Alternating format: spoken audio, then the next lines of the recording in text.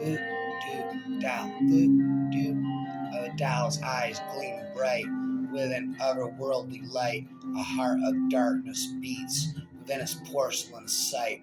Its stitched smile fails, the sorrow deep within. Ominous whispers fill the air that only darkness can hold.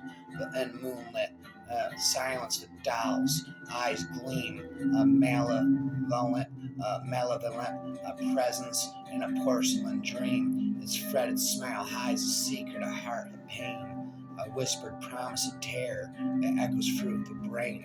With every glance, the doll's powers take hold, a whispered suggestion that the mind cannot begin to unfold.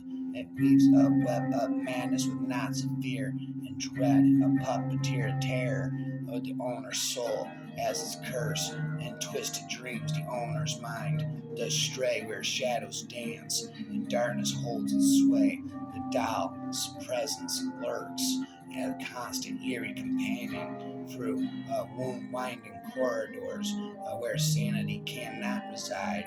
In darkened dreams, the doll's face does twist, eyes glow, a glow like ambers from a witch. A kiss, its smile stretches wide, a grotesque and human grin, as the owner's desperate screams are muffled by the doll's shadowy core. The doll's dark presence lingers, a haunting ghostly sigh, echoes a madness whisper as the owner's soul says goodbye. The doll's cold, dead eyes watch as the darkness closes in, and the owner screams her silence forever trapped within. Voodoo magic frightening to those you don't know, a comfort to me. Working on her Halloween doll looked nice at first, but Halloween was in the air. The needles helped to hold it together. The voodoo pins prevailed to make the doll as bleedy as she could, while she heard the screams ever more prevalent with each pin driven in.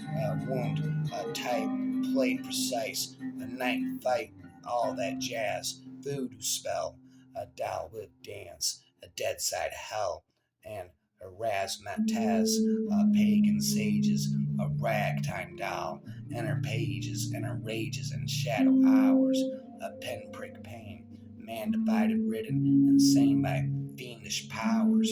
I got the power, down in New Orleans, where the troublemakers go, lived the famous voodoo queen, and her name was Mary LaView.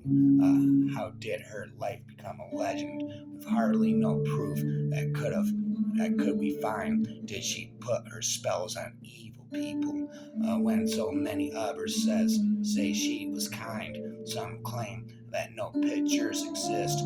They say Mary LaView was shy. Was she too vain to have her portrait painted? That remains a mystery to you and I. Whatever happened to her husband? Was she indeed a loving wife? They say, don't ever cross Miss Mary, or she'll put a spell on your life. Some people say she was a pious Catholic, while others say she lived in sin. Some claim she did away with beer to let another man move right in. Some say she died late one evening, while others claim her soul still lives. We're all just trying to find answers to know what the real truth isn't or is. Was she the famous voodoo priestess who was the real Mary Lou LaView? We'll keep on asking the questions and search for answers we all want to know. Whoa. There was a legend in New Orleans about a kind of ingenuous priestess. The legend said she served the affluent, but her passion was helping the indigent. She was said to be a good person, giving sound advice to all who requested, offering solutions to lonely hearts, helping to find serenity in all lost souls. Entree non moon. But she wasn't one who played the fool. She had no patience for those who lied. She had unique spells for evil people, and she was quick to sentence the guilty. She enjoyed a long and fruitful life, but one night her soul did finally leave her. No one knows where her remains are resting, but there are many who share her legend. To this day, no one knows her final story. They say her truth is buried in the cemetery. So somewhere in New Orleans, but her legend will live on forever. She was created from mildew, mold, blight, and decay. We saw her climb out of a Louisiana swamp one day. Her clothes were dripping like a weeping vine with rot. We were terrified, wondering if humans were what she saw. She was frightening and terrifying, outlandish, and horrendous too. The dreams of being captured and eaten by her made me blue. She is the voodoo swamp witch. We have all heard her tale. I hid under the bed for a night or two down in an old holler vale.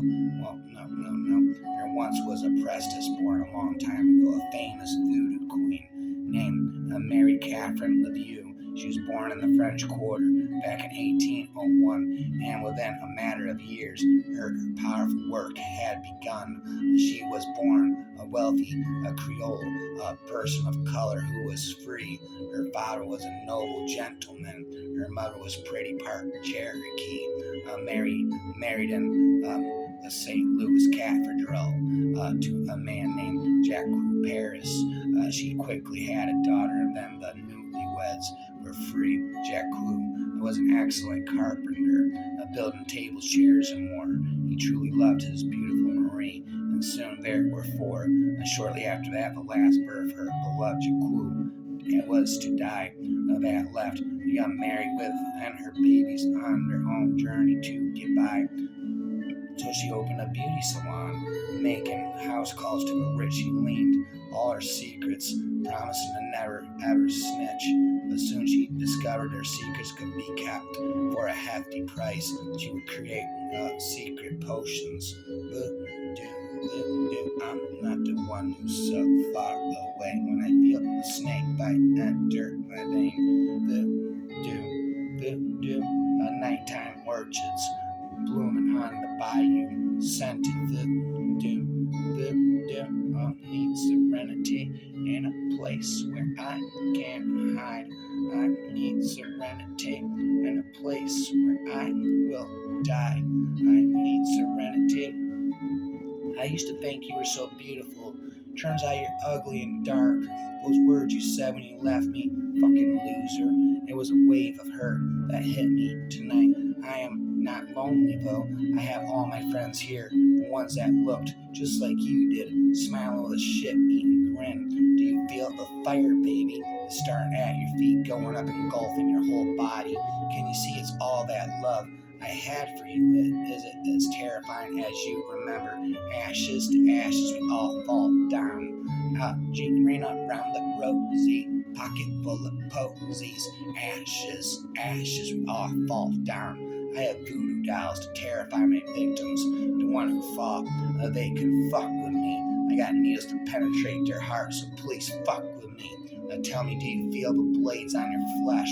A slash for every sin. A fucking bully who knocked me down, called me names, chased me till I ran so far away. We were just kids then. Surely I shouldn't hold grudges, but I'm not so little anymore. And a matter of fact, I look way bigger, towering over your doll, as if it was a bug.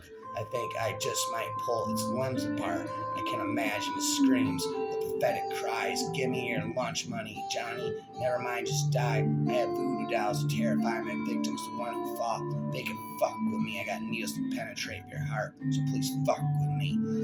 Have I become what I hate? Who gives a fuck anyway?